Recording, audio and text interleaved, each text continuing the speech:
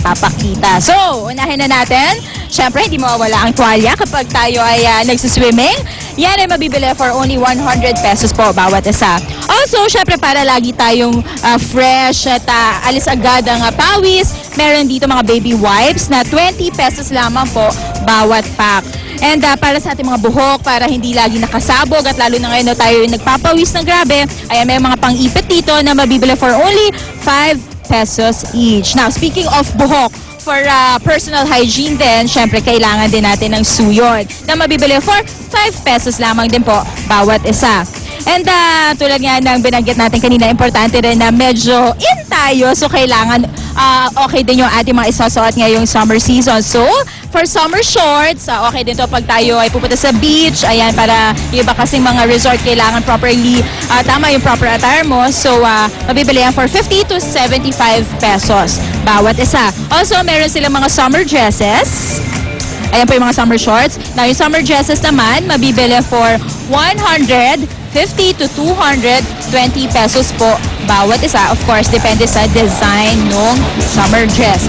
Now, sabi nila, kapag talaga summer, hindi maiiwasan na maraming sakit na dumadating. Kaya naman, advisable pa rin. At number 1 tip namin para mag-enjoy ngayong season, kailangan araw-araw po tayong maligo and make sure na lagi po tayong fresh. Kaya naman, ayan, ngayong weekend, sa mga may pupuntahan na summer destinations, sana marami kayong natutunan sa ating mga must-haves this morning. Magmula muna po dito sa Divisoria, babalik po ng hirit. Happy weekend, everyone!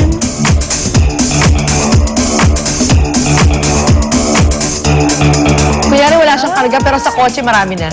Sarap mag-shopping sa Divisoria talaga. Ang klase dyan. Samantala mga kapuso, See you rin soon, ha? Divisoria. See you sa Divisoria. Hi, Mr. So, good morning. Hindi, usually naman yan, Dadagsa ano kami eh. dyan. Pag mga ganitong summer, konti-konti tao, tapos magiging opening of school na, opening of Marami classes. na naman yan, mga Dagsaan notebooks. Ang gusto ko Take dyan yung mga advantage. sandwich at shorts. Correct. So, bata. Pang summer. Uy, pero nakapag-plano na po ba kayo sa inyong bakasyon ngayong summer? Na kundi pa importante yung makapag-book na kayo ngayon pa lang para hassle-free ang inyong bakasyon. Gastos, no? Kaya narito pong ilang tips para sa pagpapabook ng inyong bakasyon. Panoorin po natin. Enjoy life! Ngayong summer, sigurado marami ang nagbabalak magbakasyon. Lokal man ito o abroad, pihadong lahat ay gusto maging perfect at hassle-free ito. Si Chris Nocon, madalas magbakasyon. Aniya sa internet siya madalas mag-book ng lugar na kanya papasyalan. At ngayong summer, naghahanap na siyang muli online ng mga vacation packages para sa lakad nilang magkakaibigan. Yung mga promo tickets na makukuha mo lang online, mas mura yun. Tsaka, mas convenient siya kasi hindi ka napipila, hindi ka na mamamasahe papunta dun sa booking office. Madali lang naman daw mag-book online basta't marunong ka mag-computer at alam mo ang reputable online companies na nag-o-offer nito. Dapat daw ay maingat din sa pagpindot sa mga options na nasa mga travel websites at dapat ay binabasa mo raw na mabuti ang terms at conditions na nandoon. Ayon sa Department of Trade and Industry, tama raw si Chris na sa pagiging mapanuri sa mga website na nag-aalok ng mga vacation packages ngayong summer. No, read all the terms, no, the fine print. Importante kung registered yung business name niya, whether in DTI or SEC. Kung ito po yung mga promo, mga discounts, o mga packages, ito po ba may permit ng DTI?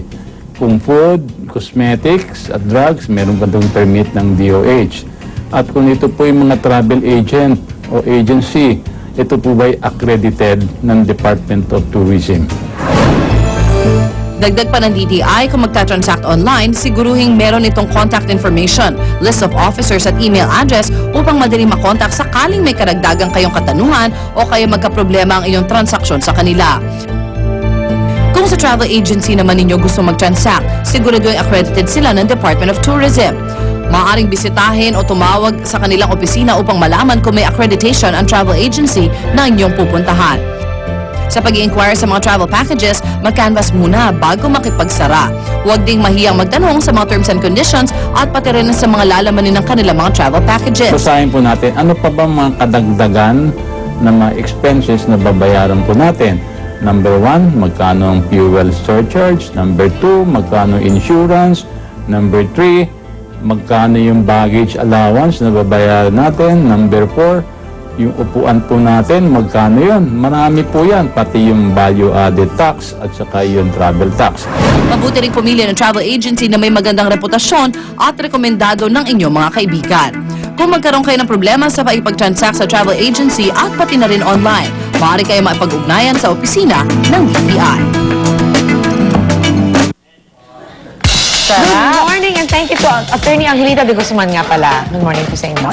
Wait, kapag ganitong napakainit ang panahon, syempre masarap kumain ng malamig na pagkain. Sobra. Actually, kumain.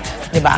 Ano pa bang tatalo sa mga masasarap, yung mga nagyayelong ice cream? Kahapon, grabe, ice cream. Buong barkada po ng unang hirit. Pero syempre, bukod sa mga nakasalayan na nating tsokolate, keso at ube, alam nyo ba nga, napakarami pa rin iba't ibang ice cream flavors ngayon? Durian! Beer! Ang dami yan, di ba? Iba-ibang Malunggay! klase. Malunggay. Mesile ice cream. Green. Oh. Oy, nako. Eto, tara, tikpo na natin lahat yan. Lahat! Watch this.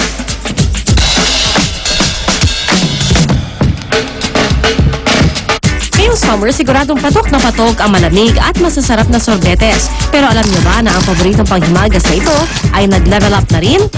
Sa isang mall sa Pasay, ang mga kakaibang flavor ng ice cream binabalik-balikan daw. Yan ay dahil sa iba't ibang chocolate at fruit-flavored variants na exciting tikman, lalo na ang kanilang kakaibang ice cream presentation. Una na riyan ang once-in-a-blue-moon flavor o ang blue cheese ice cream. Ang blue cheese ay isang klase ng keso na molded and perfected traditionally. May kakaiba itong amoy pero kapag iyong natikman ay sigurado daw magugustuhan mo. Inihalo ito sa ice cream na mas pinasasarap ng honey na galing pa raw ng Palawan. Nagkakaroon pa ito ng crunchy taste dahil sa inihahalong crushed walnuts. Definitely mga masabi namin na unique na sa amin lang. That would be our blue cheese ice cream. Na cheese ice cream na may chunks talaga ng blue cheese. Meron din itong ice cream na very Pinoy merienda ang flavor tulad nitong champorado ice cream, sapin-sapin ice cream at manggatsuman ice cream.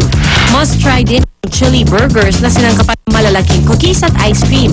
At eto pa, ang kakaning tibok-tibok, ginawang ice cream flavor din.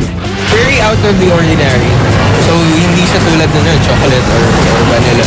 Sa mga mahihilig sa dim sum, sure winner sa inyo itong siomai ice cream paired with chocolate fondue. In mini scoops, ang ice cream ay binalot sa pastry wrapper at sa kanilagyan ng masasarap na toppings. Yung hot pot na ni-inspire lang ako yung idea no, nag-umpisa na gusto kong kumain ng ice cream na ginagamit ko yung chopsticks. Mga kapuso, magpalamig ngayong mainit na panahon with these superb ice cream specialties.